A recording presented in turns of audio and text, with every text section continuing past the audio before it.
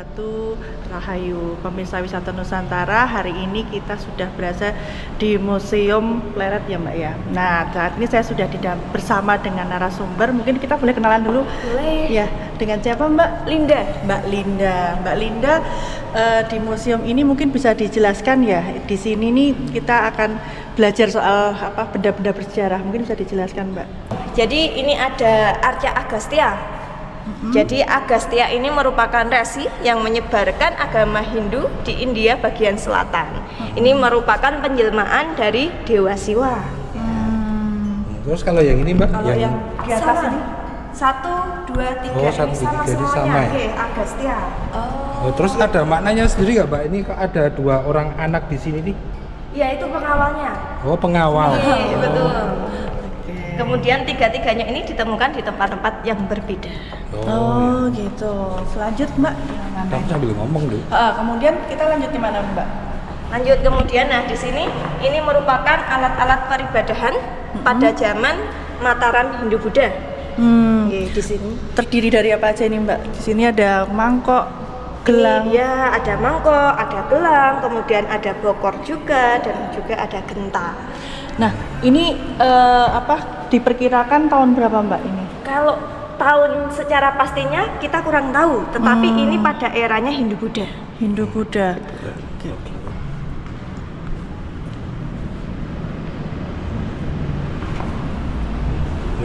Nah, di sini ini ada Arca Jambala. Siapa tuh beliau? Arca Jambala ini merupakan dewa kemakmuran di agama Buddha. Dewa kemakmuran. Ya, ini ditandai dengan perutnya yang buncit, namanya Tundila. Perut buncit Jadi Tundila. aku makmur. Ya, kalau makmur biasanya tandanya dengan perut buncit Penyakit Tundila.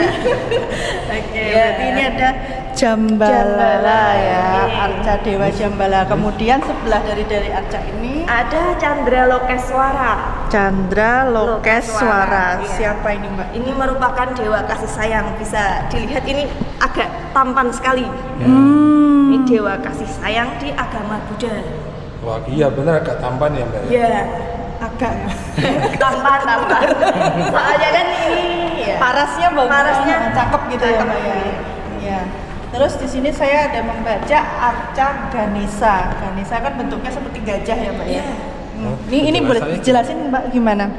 Jadi ini ada Arca Ganesha. Ganesha ini merupakan dewa kebijaksanaan, dewa ilmu pengetahuan. Nah, ini kepalanya ini gajah, kemudian di badannya ini badan manusia. Di sebelah kanan dia memegang Gada. gading. Oh, gading. Ya, di sebelah kanan memegang gading. Itu terjadi karena gadingnya patah ketika sedang berperang. Jadi nama lain dari Ganesha yaitu Ekadanta.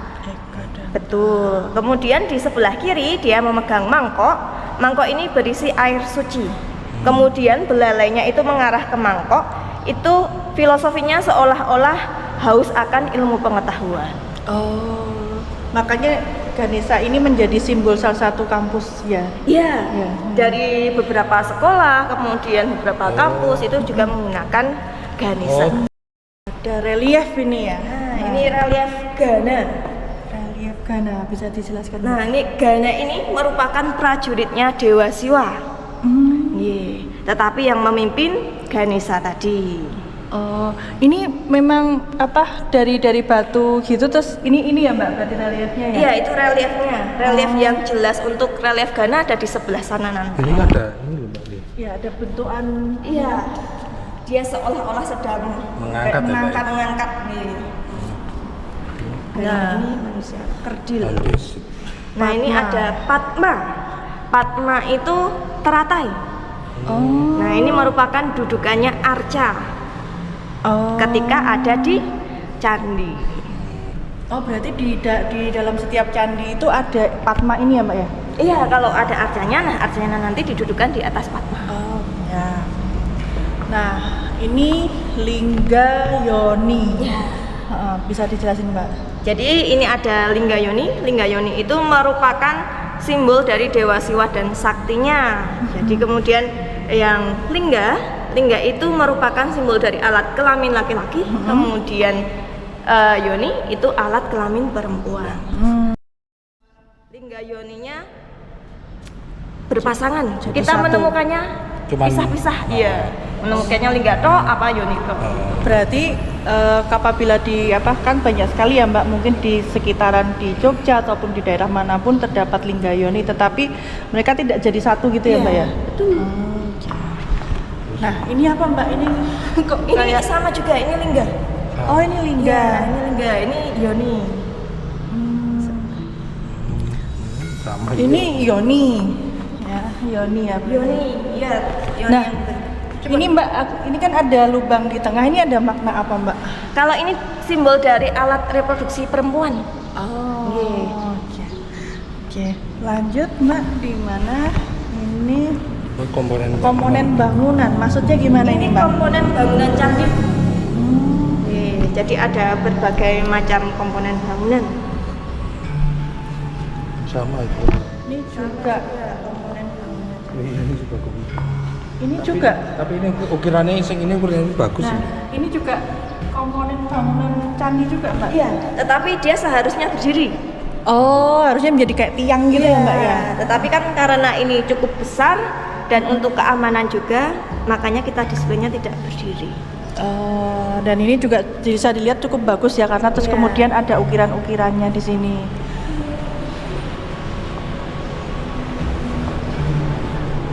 Tuh. Nah ini arca siapa Mbak? Ini ada arca Durga. Durga. Durga Durga. Mahesa Suramardini. Nah itu siapa Mbak beliau ini? Ini itu merupakan seorang dewi, istrinya dari Dewa Siwa. Kalau ini di samping ini ada seperti anak kecil ya Mbak ya? Kalau saya pengawal atau siapa itu? Ini sosok yang berhasil dikalahkan oleh Durga. Oh. Ini Kalau ini antefik, antefik itu merupakan hiasan candi yang berbentuk segitiga. dan itu apakah di setiap candi terdapat ini Mbak? Iya, Terdapat ini. antefik. Nah ini yang besar banget nih Mbak. Besar banget nih apa Mbak? Ini bisa disebut juga sebagai stupa atau bagian paling atas dari sebuah candi. Oh.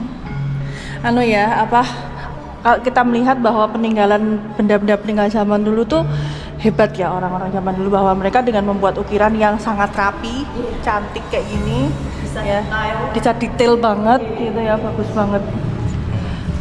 Nah, ini Mbak, Ini gana juga sama kayak yang tadi, tapi ini bentuknya lebih jelas. Ya, ini lebih jelas. iya, ini kayak Gana itu manusia kerdil. manusia kerdil. kerdil. Ini dulu tahu nggak Mbak ditemukannya di daerah mana Mbak? Kalau penemuannya saya lupa, kebetulan ada di sini nanti. Manusia kerdil. Nah, kebenaran ini bagian paling atas dari pagar candi. Pagar. Oh, berarti sisi luar. Ya, puncaknya pagar candi. Ini Kalau ini apa Mbak? Jalat Buara. Jalat Buara itu apa Mbak? Jadi ini fungsinya yaitu sebagai saluran air. Makanya ini ada lubangnya. Nah, ini biasanya ada di pojok-pojoknya candi biar candinya enggak menggenang. Makanya ada jalat buaranya. Nah, kalau Jalat Buara ini apakah semua bentukannya sama atau berbeda-beda? Berbeda-beda. Setiap candi berbeda-beda ya Mbak? Berbeda, ada yang berbentuk hewan naga dan lain-lain seperti itu. Ini ya di sini mungkin bisa melihat ya, di sini ada lubang untuk, tadi Mbak Linda sudah menjelaskan bahwa ini buat untuk saluran pembuangan air ya Mbak. Saluran air ya. Di sini terus kemudian ada lubang sampai keluar sini depan. Yang di dalam kaca ini Mbak. Nah, kalau yang di dalam vitrin ini merupakan koleksi prasejarah atau praaksara. Apa saja Mbak? Di sini ada kapak, Oh, Ya. kapak. kapak-kapak tapi bentuknya yang berbeda-beda. Ini kapaknya bisa diperkirakan dari tahun berapa Mbak? Prasejarah. Prasejarah. Tadi sebelumnya saya bingung tahun berapa itu. Ya, di situ ada A, B, C, D. Nah ini kapaknya berbeda-beda ya Mbak berarti Iya. ya. Nah, Ini yang paling bagus ini. yang mana yang paling bagus? Yang ini di depan. Yang B. Yang B, ya. B. Ini biasanya dibawa ketika ada seorang raja yang meninggal. Nah, itu merupakan salah satu bawaan yang nanti juga bersama dengan jasadnya raja itu. Ini Mbak, Nah, bisa ini dijelaskan. kemuncak candi. Bagian paling atas dari sebuah candi. Kalau candi Hindu namanya Ratna, kalau Buddha namanya Stupa. Ganesha ya kan Iya, sama ya, Ganesha. memegang gading. Kalau ini dulu penemuannya gimana ini Mbak ceritanya nih? Waktu ditemukan atau gimana Mbak? Kalau penemuannya kayak gimana saya kurang tahu juga sih Pak. Penemuannya seperti apa? Nah, yang kira rapi ya loh ya. Peripeh, wadah peripeh. Apa itu Mbak wadah peripeh itu? Jadi wadah peripeh itu nanti isinya peripeh. Peripeh itu bisa juga abu raja, bisa juga mantra-mantra yang dituliskan dalam kepingan emas, bisa juga biji-bijian. Oke. Dan ini letaknya di bagian paling bawah candi. Paling bawah candi. Sebentar, saya ada ilustrasinya. Oh. Nah, ini peripeh itu di bagian sini. Oh, paling bawah. Oh, paling dasar ya, bawah. berarti. Nggih. Di Jadi bagian kayak ini ya Mas? Iya. Ini ya, Mbak? Betul.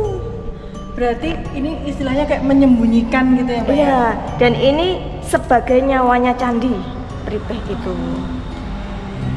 Terus ini Mbak? Nah ini kok ada apa ini Mbak? Kok Begi. no apa kalau saya kayak loyang gitu. Oh ya, iya.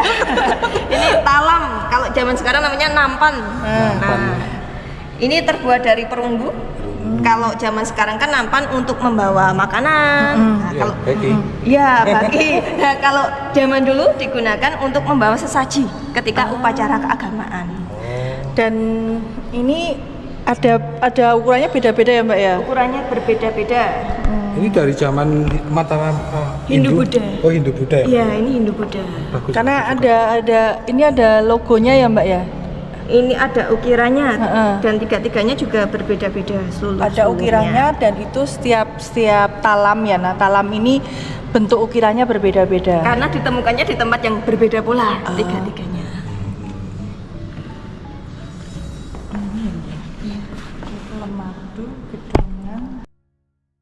Pemirsa Wisata Nusantara, saat ini kita sudah beralih ruangan, kita masuk ke area Mataram Islam, benda-benda sejarah dari zaman Mataram Islam. Mungkin kita akan keliling ya. Monggo Mbak Linda. Kita mulai dari mana Mbak Linda? Kita mulai dari sebelah sini. Monggo Mbak. Ini ada sisa komponen bangunan dari Keraton Pleret. Nah, ini ada batu bata dan juga ada batu putih atau tuf. Batu bata ya. Iya. Batu ini gede banget. Batu bata zaman dulu aja kayak gini ya. Iya. Ini kok kayak di bagian pinggirannya ini ya Mbak? Kayak pinggiran candi itu Iya, ya Mbak ya. gitu loh. Kalau jadi ini batu putih. Kita kayak pernah melihat seperti ini tuh ketika kita ke salah satu situs payak Mbak. Kita ada kayak pinggirannya tuh seperti ini. Nih, karena juga di berbagai situs juga ditemukan juga batu putih.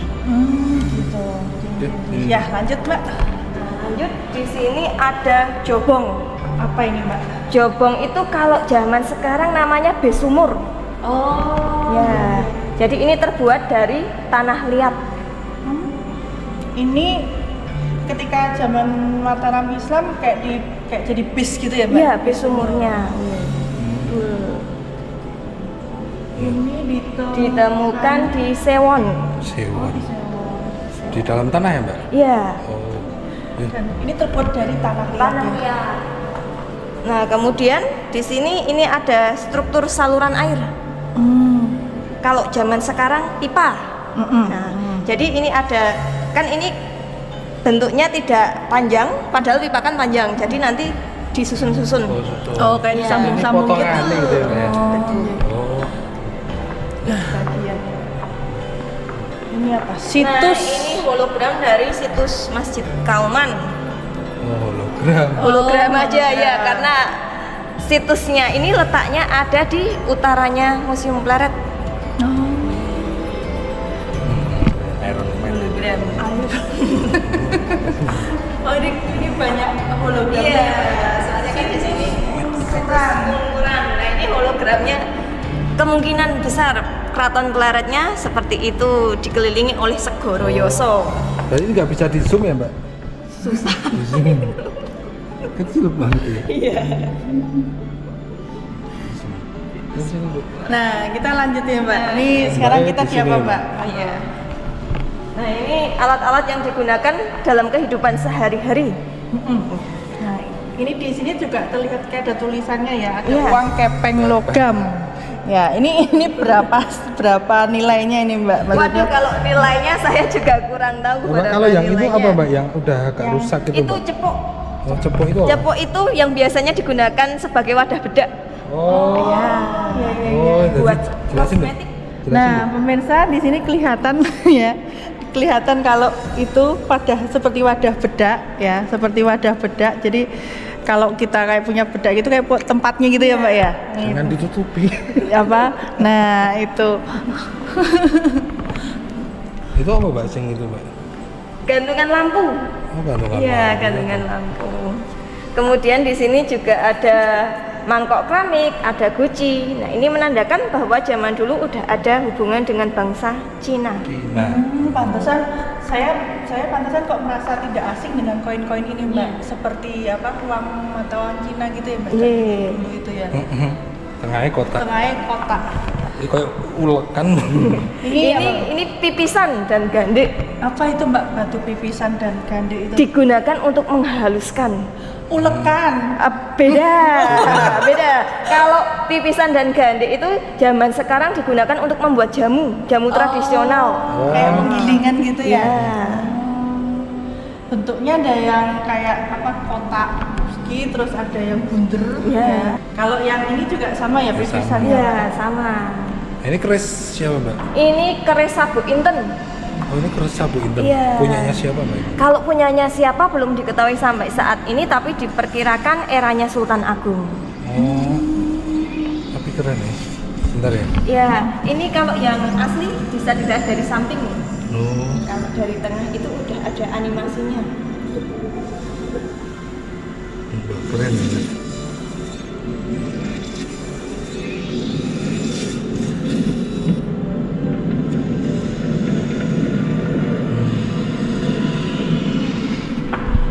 Oh itu terus ada wadahnya ya tempatnya. Keris Sultan Agung ya. Ini ditemukannya di masjid, situs masjid. Masjid Kauman. Oh itu di tempat ini. Ya, Keris ini Mbak. iya. Ketika ekskavasi tahun 2010, namanya keris apa tadi mbak? Sabuk Inten. Sabuk. Sapu inten. Nah ini lanjut apa ini Mbak? Ini kalau yang tengah, ini fragmen meriam. Fragmen Oh, meriam. Ya, meriam. ini waktu zamannya Sultan Agung. Jadi emang waktu zamannya beliau itu sudah bisa membuat meriam. Berarti ini apa Mbak? Maksudnya kayak patahannya atau Iya, gimana? betul. Hmm. Tapi kalau yang B dan C, nah ini alat pabrik. Karena setelah pleret ditinggalkan, kemudian tahun 1800-an itu ada pabrik gula Kedaton. Oh ini berarti buatan pabrik ya dua ini yang B dan Yang B C. dan C ya. Yuk. Oh, seblok. Si. Nah, ini nih kayak anu ya Mbak, keranjang kalau Betul. Nah ini juga alat pabrik, fragmen alat pabrik gula.